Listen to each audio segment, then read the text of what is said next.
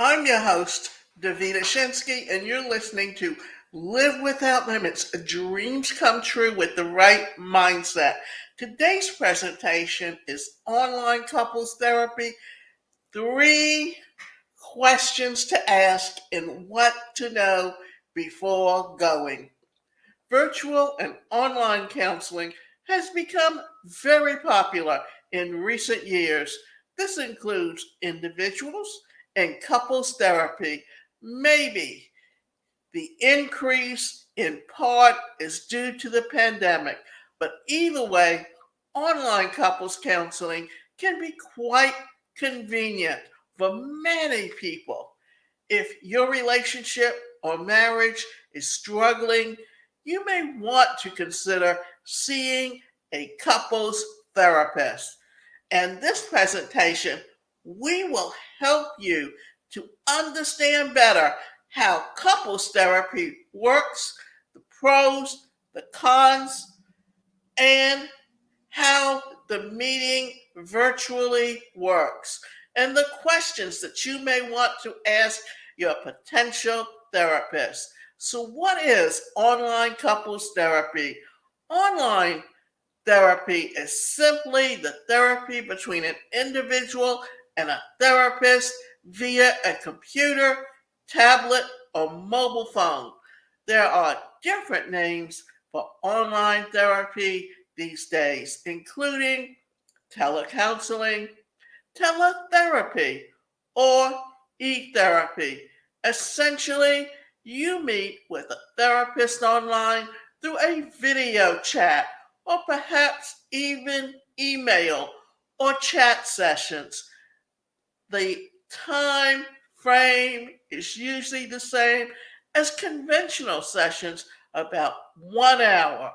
During the session, the individual seeking therapy has the chance to discuss whatever issues they desire, and the therapy offers feedback and insight.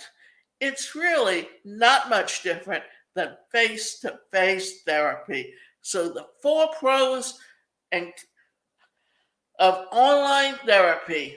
There are several pros of online couples counseling.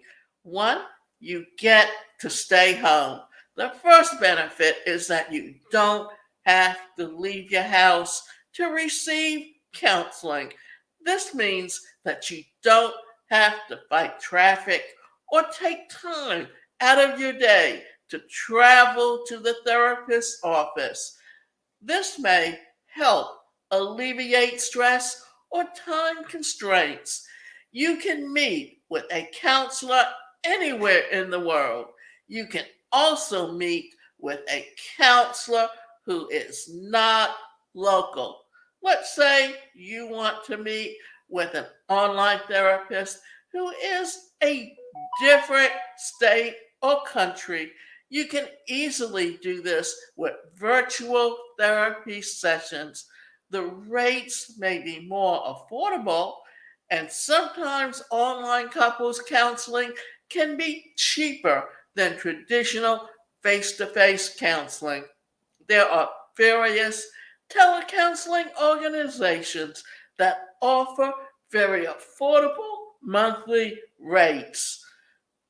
And here's the thing, that the rates weekly may go between $60 to $90 per hour for online therapy sessions and can be billed monthly. You'll feel more at ease. For many people, entering therapy office can evoke anxious feelings. However, sitting at home in your living room to enter a virtual portal and see a therapist can feel far more comfortable. The cons of online virtual counseling: it may not feel as personable.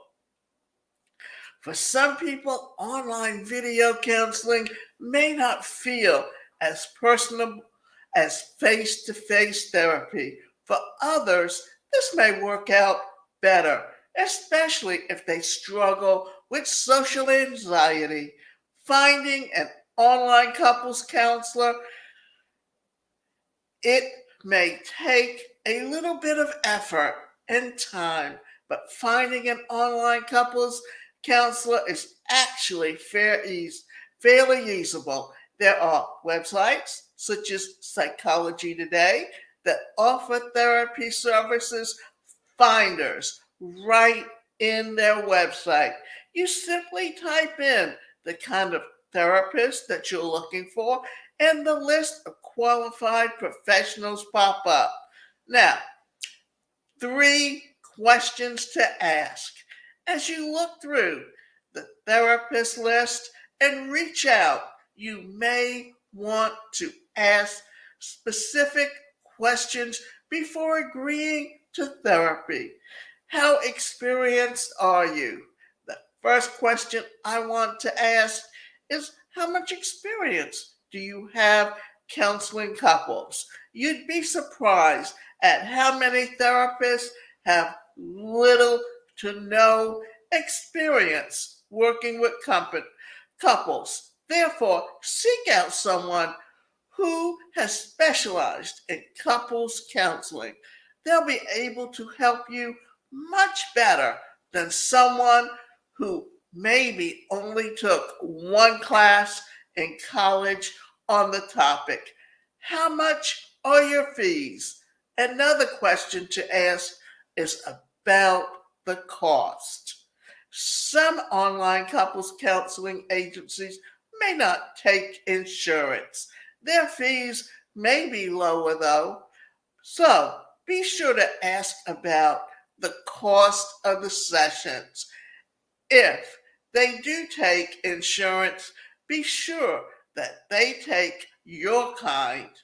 You can always call your insurance company to double check and ask them about whether or not they cover mental health services. So, what therapy modalities do you use?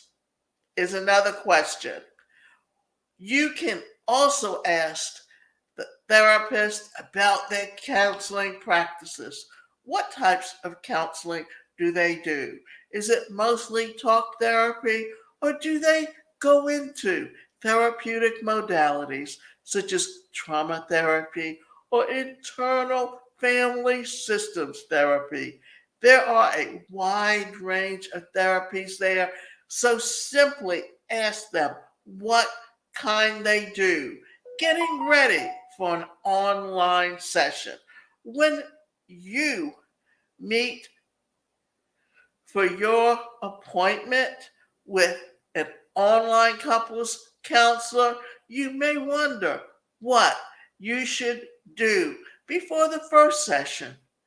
You and your partner could have a conversation about what you'd like to discuss first, or you can wait till you get into the appointment and let your counselor facilitate the first session.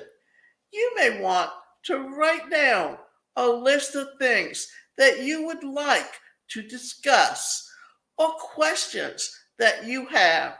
It's quite normal to feel a little anxious about the first meeting. Usually, after the second or third meeting, everyone feels more comfortable. If your relationship is struggling, reach out for help. If you and your partner have been struggling in your relationship, it's a good idea to have a conversation about couples counseling. Many relationships and marriages have been saved because couples have put the time and effort into counseling for a period of time. At the very least, you could try several sessions to see how it goes. Ideally, you'd probably need at least a few months of counseling to make some headway, whether it's face to face or online couples therapy. There are certainly benefits to working through issues with a professional. And the last thing that I'm going to say about it is this, that for many years in the past, roles were specifically defined of what a woman did, what a man did, and what they brought to the relationship. But over the last 50 years, a lot of that has changed. So the roles in the relationship have changed. And understanding that, being able to communicate more effectively, understanding what a healthy relationship is so important. The thing is that if you look back on past generations, that as and also when you look at the fact of what you want when you're in your 20s, what you want in your 30s, what you want in your 40s, and each decade, that often the roles of what you want change, and unless both of you are adapting and growing together, then there's going to be problems in the relationship. So understanding that, accepting that, and being willing to put in the work to make sure that the relationship changes as time changes, and that you're willing to adapt to their needs and communicate more effectively in the relationship.